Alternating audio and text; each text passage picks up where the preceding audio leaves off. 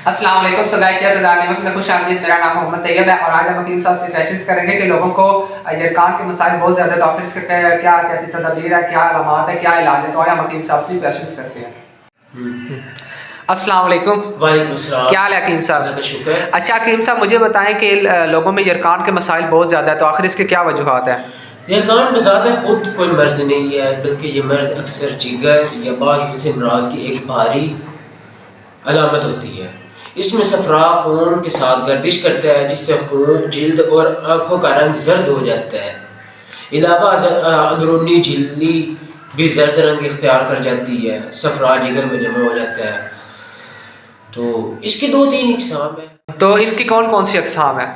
इसकी इक़साम में यरकान सुद्दी यानी सफरावी यरकान और नालियों की बंदिश वगैरह से होता है। वो यरकान जो नालियों की बंदिश वगैरह से होता है, ये 2-3 है। एक नालियों की बंदिश। हाफिज़ साहब बताएं फिर ये यरकान इनमें से कौन सी किस्म है जो इंसान के लिए ख़तरनाक है? देखिए, यरकान जो भी है ना, वो ख़तरनाक है अगर उसका प्रॉपर इलाज ना किया। ये स्टेज बाय स्टेज इख्तियार होता है? स्टेज बाय स्टेज इख्तियार होता है।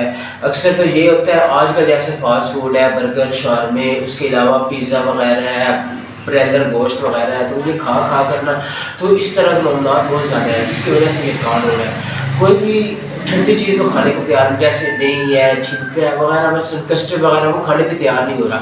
चावल खाते हैं, ब्रेलर गोश्त वगैरह खाते हैं, तो ये इस वजह से हो रहा है। तो हकीम साहब बताएं फिर इसकी क्या अलामात है? इसके अलावा सबसे पहले ये है कि पेशाब का रंग जर्द भूरा रंग का होता है, स्याही माल भी हो सकता है, आँखों की रंगत जर्द हो जाती है।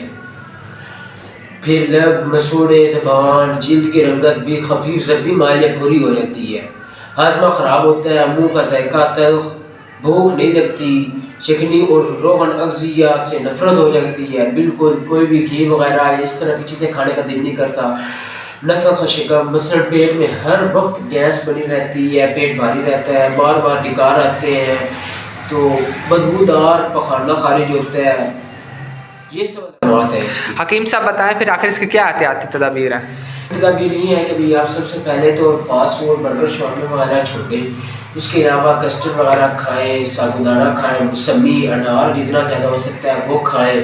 तो रात को इसके साथ अगर आप छिलका, इसबगोल वगैरह के साथ मिलाकर खाएँ।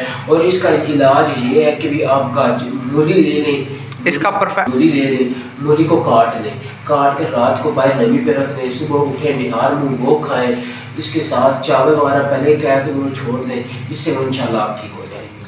सो गाइस, हमारी वीडियोस कैसी लगे? अगर हमारी वीडियो अच्छी लगे तो हमारे चैनल को लाइक करें, सब्सक्राइब करें और बेल आइकन प्रेस करें, और कोशिश करें कि हमारी वीडियो दूसरे लोगों तक पहुंचाएं ताकि वो इससे भी नफा हासिल कर सकें।